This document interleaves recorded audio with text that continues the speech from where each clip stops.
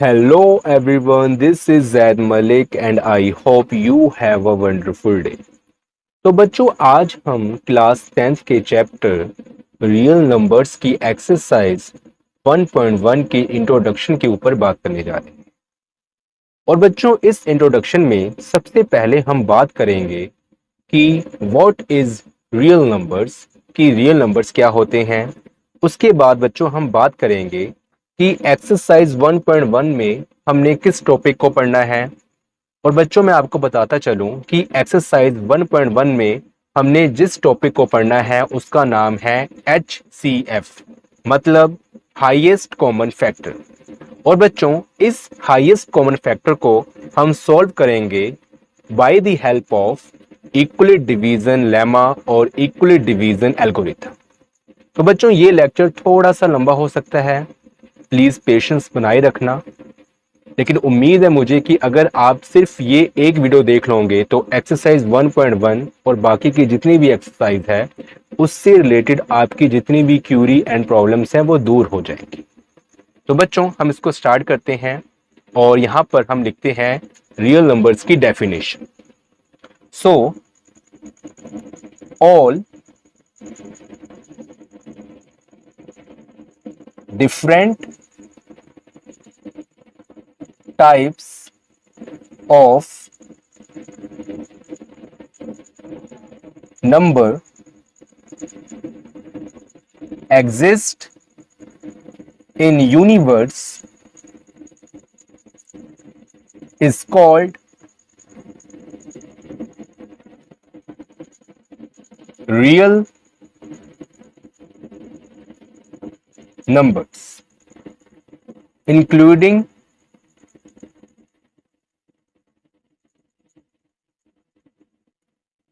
natural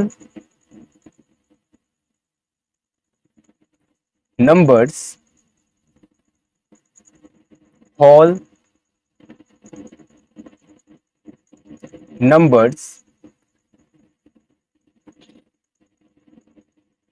integers, rational numbers, and irrational numbers। तो बच्चों यहां पर हमने लिखा कि all different types of number exist in universe is called real numbers. सारी डिफरेंट टाइप्स ऑफ नंबर जो कि इस यूनिवर्स में एग्जिस्ट करती है उसको हम क्या बोलते हैं, रियल नंबर्स। और बच्चों ये डिफरेंट टाइप्स कौन कौन सी हैं, including natural numbers, whole numbers, integers, rational number and irrational number. जब हम इन सारी different types natural, whole, integers, rational और इररेशनल को एक साथ जोड़ देते हैं, एकोमोडेट कर देते हैं, तो बच्चों ये कन्वर्ट हो जाती हैं रियल नंबर्स। तो बच्चों रियल नंबर्स को समझने के लिए सबसे पहले हमें बात करनी होगी ब्रीफ में कि नेचुरल, होल, इंटीजर्स, रैशनल और इररेशनल नंबर्स क्या होते हैं। तो बच्चों नेचुरल, होल, इंटीजर्स, रैशनल और इररेशनल के ऊपर मैं सिर्फ ब्रीफ में बात करूंगा, लेकिन हमने जो डिटेल में बात करनी है वो करनी है रियल नंबर्स के ऊपर। तो यहां पर हम पिक करते हैं नेचुरल नंबर्स और देखते हैं कि ये क्या होते हैं। नेचुरल नंबर्स बच्चों बस हमने इतना ध्यान रखना है कि नेचुरल नंबर्स वो नंबर होते हैं जो नंबर 1 से स्टार्ट होते हैं और इनफाइनाइट तक जाते हैं। इनफाइनाइट का मतलब ये है बच्चों कि इन नंबर्स का कोई एंडिंग पॉइंट नहीं होता। जो नंबर 1 से स्टार्ट होते हैं और इनफाइनाइट तक जाते हैं उनको हम बोलते हैं नेचुरल नंबर। यहां पर जीरो का कोई काम नहीं होता, जीरो कोई नेचुरल नंबर नहीं है। हमने स्टार्ट कहां से करना है, 1 से। हम अगर नंबर को 1 से स्टार्ट करते हैं और इनफाइनाइट, इन्फिनिटी का मतलब क्या होता है, जिसका कोई एंडिंग पॉइंट ना हो, वहां तक जाते हैं, तो उनको हम क्या बोलते हैं, नेचुरल नंबर्स। अब बच्चों हम बात करते हैं कि होल नंबर्स क्या होते हैं।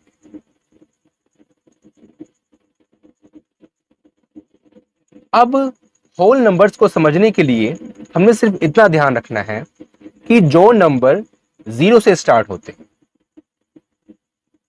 और ये नंबर भी इनफाइनाइट तक जाते हैं, मतलब कि इनका भी कोई एंडिंग पॉइंट नहीं होता। अब नेचुरल नंबर्स हैं वो होल नंबर्स में भी आ रहे हैं, क्योंकि होल नंबर्स में 1 भी आ रहा है, 2 भी आ रहा है, 3 भी, 4 भी, 5 भी और इनफाइनाइट भी। तो बच्चों नेचुरल नंबर्स होल नंबर्स में भी आते हैं, लेकिन होल नंबर्स नेचुरल नंबर्स में नहीं आते, क्योंकि होल नंबर्स में सिर्फ एक नंबर ज्यादा होता है, वो है 0। तो इसको हम ऐसे समझ सकते हैं बच्चों कि जो नंबर 0 से स्टार्ट होते हैं और इनफाइनाइट तक जाते हैं उनको हम बोलते हैं होल नंबर्स, और जो नंबर 1 से स्टार्ट होते हैं और इनफाइनाइट तक जाते हैं उनको हम बोलते हैं नेचुरल नंबर्स। अब यहां पर एक बात और आती है कि जो नेचुरल नंबर्स 1 से स्टार्ट हुए हैं और इनफाइनाइट तक गए हैं, ये क्या होल नंबर नहीं है? तो बच्चों ये गलत है, ये होल नंबर है, क्योंकि होल नंबर हमने बोला है कि 0 से स्टार्ट होते हैं और इनफाइनाइट तक जाते हैं। इसका मतलब ये नहीं है कि अगर हम 0 को यहाँ पर रब कर दें तो 1 से लेके इनफाइनाइट तक हमारे होल नंबर नहीं होंगे, ये भी हमारे होल नंबर होंगे। तो बच्चों ये थी डेफिनेशन, ब्रीफ सी, नेचुरल नंबर्स क्या होते हैं और होल नंबर्स क्या होते हैं। अब बच्चों हम बात करते हैं कि इंटीजर्स क्या होते हैं।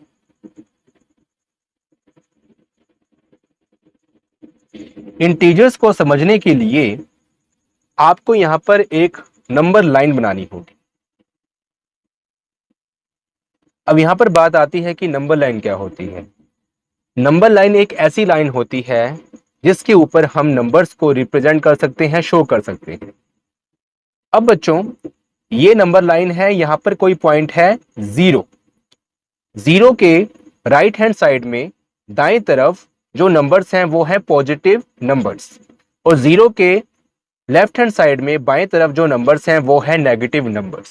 तो यहां पर हम लिखते हैं 0 के दाएं तरफ जो नंबर है 1, 2, 3, 4, 5, और बच्चों ये नंबर भी हमारे इनफाइनाइट तक जाएंगे, इनका भी कोई एंडिंग पॉइंट नहीं होगा।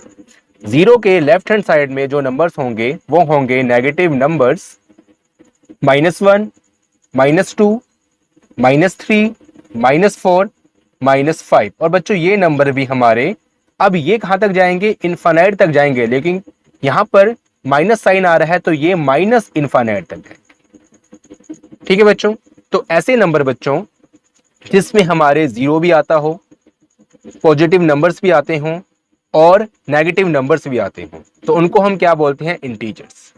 अब बच्चों यहां पर 0 के मैंने बोला कि राइट हैंड साइड में जो नंबर्स हैं इनको हम बोलते हैं पॉजिटिव इंटीजर्स, और 0 के लेफ्ट हैंड साइड में जो नंबर्स हैं उनको हम बोलते हैं नेगेटिव इंटीजर्स। अब बच्चों यहां बात आती है कि जो 0 है ये पॉजिटिव में आता है या फिर नेगेटिव इंटीजर्स में आता है। तो बच्चों 0 ना तो पॉजिटिव इंटीजर्स है और ना ही ये नेगेटिव इंटीजर्स है, ये सिर्फ एक इंटीजर है, इसके साथ कोई पॉजिटिव और नेगेटिव का टैग नहीं होता, बस आप इतना समझ लो। तो बच्चों ये बात होगी हमारी इंटीजर्स के ऊपर। अब हम बात करते हैं कि रैशनल नंबर्स क्या होते हैं। रैशनल नंबर्स,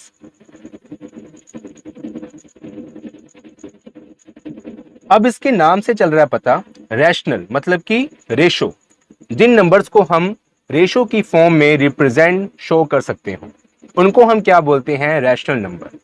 और जनरली यहां पर हम लिखते हैं रेशो की फॉर्म को P/Q, कि जिन नंबर्स को हम P/Q की फॉर्म में रिप्रेजेंट कर सकते हो, और यहां पर जो Q है वो नॉट इक्वल टू 0 होना चाहिए, मतलब Q 0 के इक्वल नहीं होना चाहिए। अब यहां पर ये P और Q क्या होते हैं? तो P और Q इंटीजर्स ही होते हैं, P और Q हमारे इंटीजर्स ही होते हैं। अगर बच्चों मैं यहां पर दो पॉजिटिव इंटीजर्स लूं, क्योंकि यहां पर P और Q में दो नंबर्स हैं, दोनों क्या है? पॉजिटिव इंटीजर्स या नेगेटिव इंटीजर्स, कोई भी हो, मतलब हमारे इंटीजर्स होने चाहिए।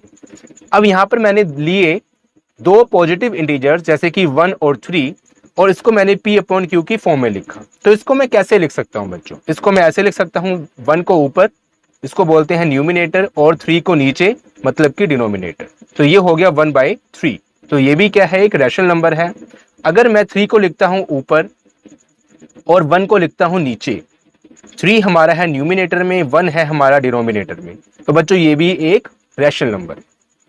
अब बच्चों मैं लेता हूं दो नेगेटिव इंटीजर्स, जैसे -1 और -4।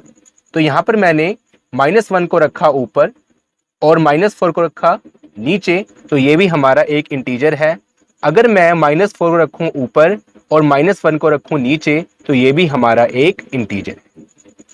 अब बच्चों बात आती है जीरो वाले केस की, तो हम p को 0 के इक्वल पुट कर सकते हैं। p को 0 के इक्वल पुट कर सकते हैं कि अगर मैं यहाँ पर दो केस लेता हूं, एक लेता हूं 0 और दूसरा नंबर लेता हूं पॉजिटिव इंटीजर्स। ओके, तो यहाँ पर बच्चों हमने लिया 0 अपॉन और q मैंने लिया 4। ठीक है, तो बच्चों ये हमारा एक रैशनल नंबर है, क्योंकि 0/4 हमारा क्या होता है, 0 के इक्वल होता है। तो ये हमारा एक रैशनल नंबर है। अब बच्चों यहां बात आती है कि q को हमने नॉट इक्वल टू 0 क्यों लिखा। तो अगर बच्चों मैं यही केस को उल्टा कर दूं, मतलब कि यहां मैं लिखूं 4/0, तो बच्चों ये केस क्या होता है, तो बच्चों ये केस कौन सा होता है, इनफिनिटी का। इसका मतलब क्या होता है कि ये नॉट डिफाइंड है, यहां तक हमारी पहुंच नहीं है, अभी मैथ में हम यहां पर पहुंचे नहीं है, तो 4/0 नॉट डिफाइंड होता है। क्या होता है इसका मतलब, नॉट डिफाइंड। अगर एक हम बात करें कि अगर यहां पर हम एक सिंगल नंबर लिख दें 3, तो ये क्या कोई रैशनल नंबर है? यस, ये रैशनल नंबर है, बिकॉज अगर कोई हम नंबर लिखते हैं 3 लिख दिया, 2 लिख दिया, तो उसके नीचे डिनोमिनेटर में 1 ऑलरेडी रहता है। जैसे कि यहाँ पर 3/1, 3/1 का मतलब क्या होता है, 3 होता है। अब जैसे यहाँ पर था 0/4, तो ये 0 हुआ। तो सिंगल नंबर भी हमारे रैशनल नंबर होते हैं, क्योंकि अगर उसको हम डिटेल में पढ़े तो उनके नीचे 1 जरूर होता है। तो बच्चों ये बात होगी हमारी रैशनल नंबर्स की। तो इररेशनल नंबर इसके बाद में करते हैं, उससे पहले इतना नोट कर लें। नाउ स्टूडेंट्स हम बात करते हैं इररेशनल नंबर।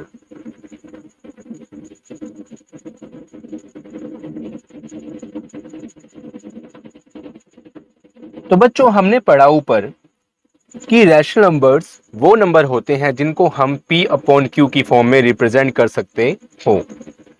तो इसलिए बच्चों इररेशनल नंबर इसके नाम से चल रहा पता कि जिन नंबर्स को हम p/q की फॉर्म में रिप्रेजेंट या फिर एक्सप्रेस्ड नहीं कर सकते हो, उन नंबर्स को हम क्या बोलते हैं, इररेशनल नंबर। इसकी एग्जांपल है बच्चों √y नंबर, जैसे कि √2, ये हमारा एक इररेशनल नंबर है। इसको हम सोल्व करेंगे तो ये आएगा 1.41।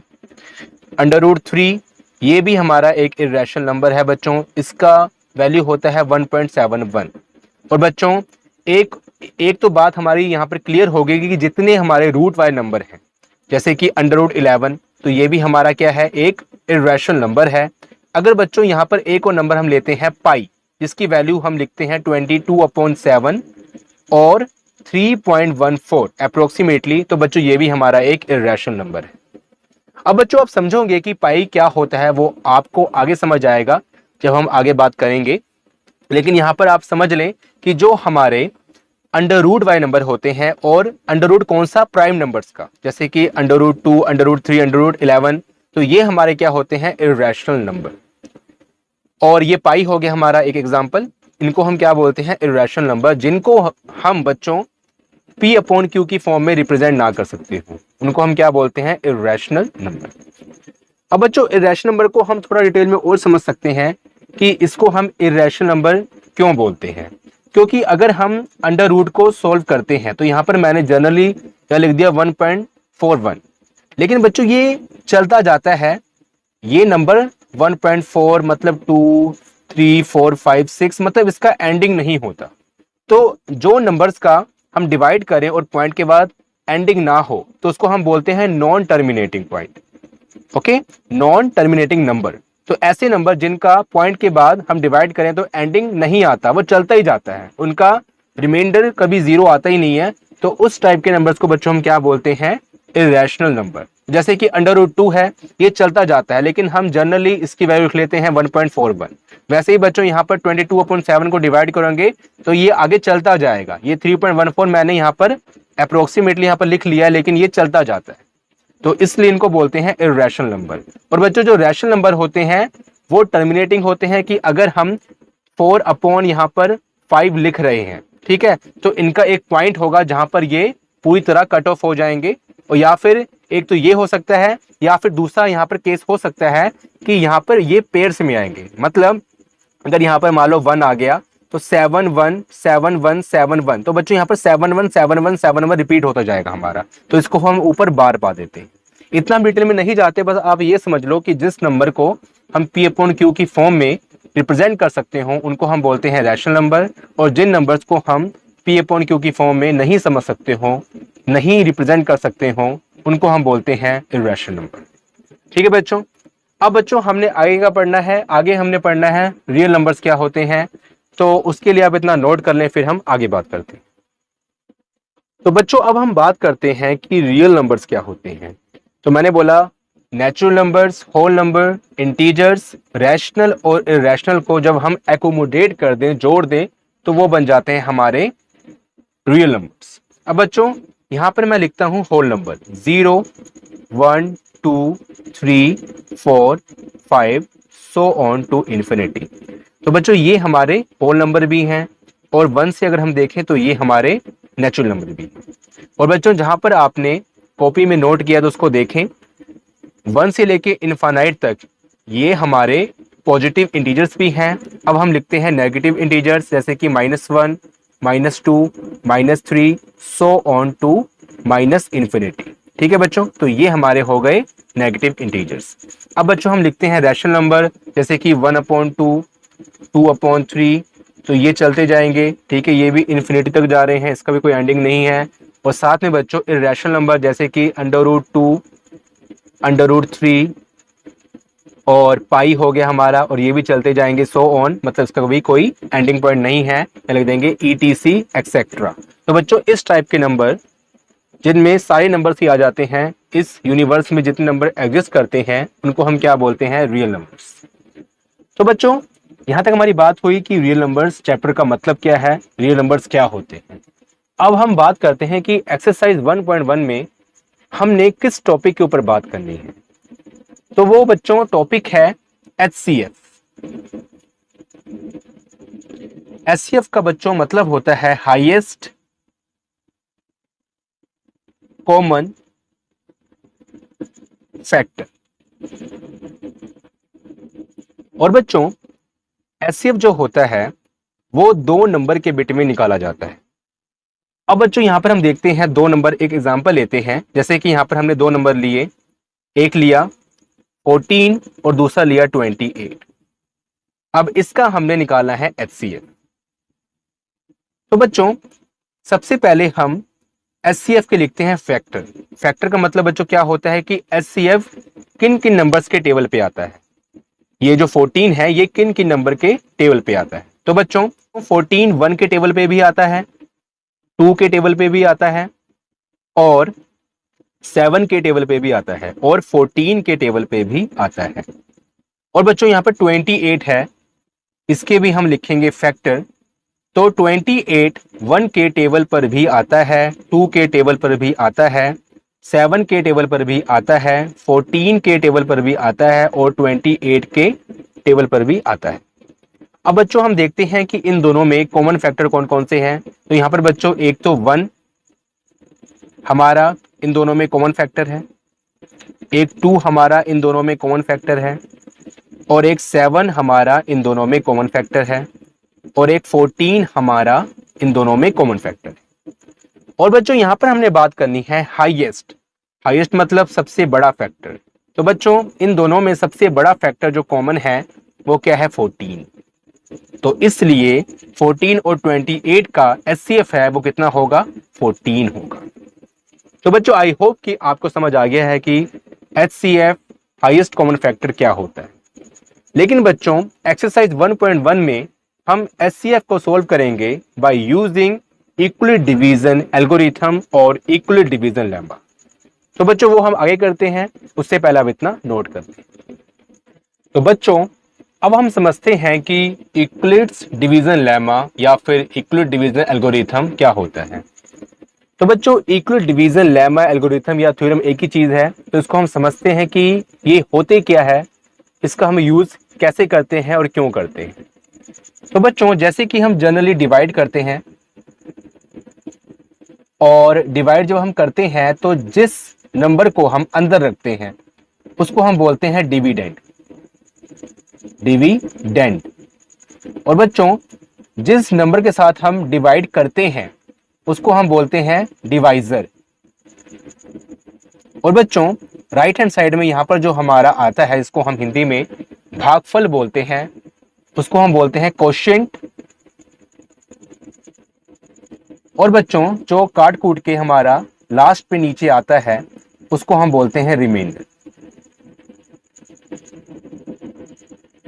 स्टूडेंट्स इक्वल डिवीजन लेमा में हम ये जितने भी एलिमेंट्स हैं डिवाइड के, डिवाइजर, डिविडेंड, कोशेंट और रिमाइंडर, इससे हम बनाते हैं एक फॉर्मूला। फॉर्मूला बच्चों क्या होता है? Dividend equal to divisor into multiply quotient and plus reminder.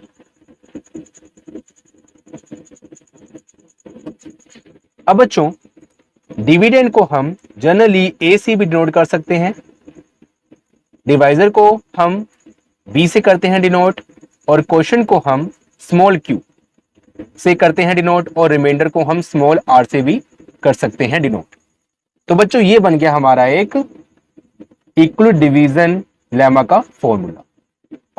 और बच्चों इक्वल डिवीजन लेमा का हम यूज क्यों करते हैं? दो नंबर के बिटवीन एचसीएफ फाइंड करने के लिए।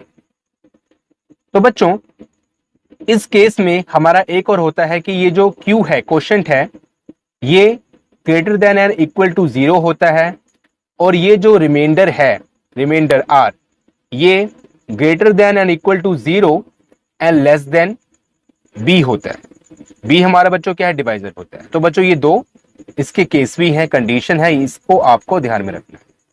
तो बच्चों इक्वल डिवीजन लेमा यही एक फॉर्मूला है, और ये क्यों यूज किया जाता है? दो नंबर के दरमियान, दो नंबर के बीच में एचसीएफ फाइंड करने के लिए। और ये दो कंडीशन है कि अगर इक्वल डिवीजन लेमा हमारा अप्लाई होता है जब हम किसी दो नंबर का एचसीएफ फाइंड करते हैं, तो बच्चों वहां पर क्यू हमारा ग्रेटर देन और इक्वल टू 0 होता है, मतलब 0 के इक्वल या उससे बड़ा होता है, और रिमाइंडर 0 के इक्वल उससे बड़ा, और बी मतलब कि डिवाइजर से छोटा होता है।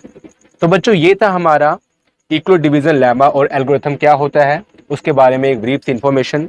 अब बच्चों नेक्स्ट लेक्चर में हम पढ़ेंगे इससे रिलेटेड कुछ एग्जाम्पल, इक्वल डिवीजन लेमा का हम यूज कैसे कर सकते हैं एक्सरसाइज में, वो हम देखेंगे with the help of example. So student I hope कि आपको ये लेक्चर समझ आया होगा, और अगर आपको वीडियो से कुछ बेनिफिट हुआ तो प्लीज वीडियो को लाइक करें, अपने फ्रेंड्स के साथ इस वीडियो को शेयर करें, और अगर आपने अभी तक हमारे चैनल को सब्सक्राइब नहीं किया तो प्लीज सब्सक्राइब कर लें। Thank you so much, bye, मिलते हैं फिर नेक्स्ट वीडियो।